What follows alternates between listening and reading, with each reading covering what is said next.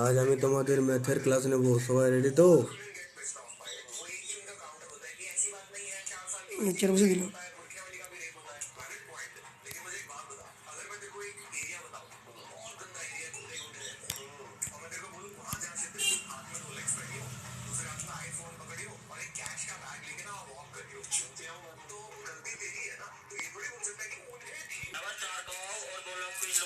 কই রে, আমি রেডি আছি।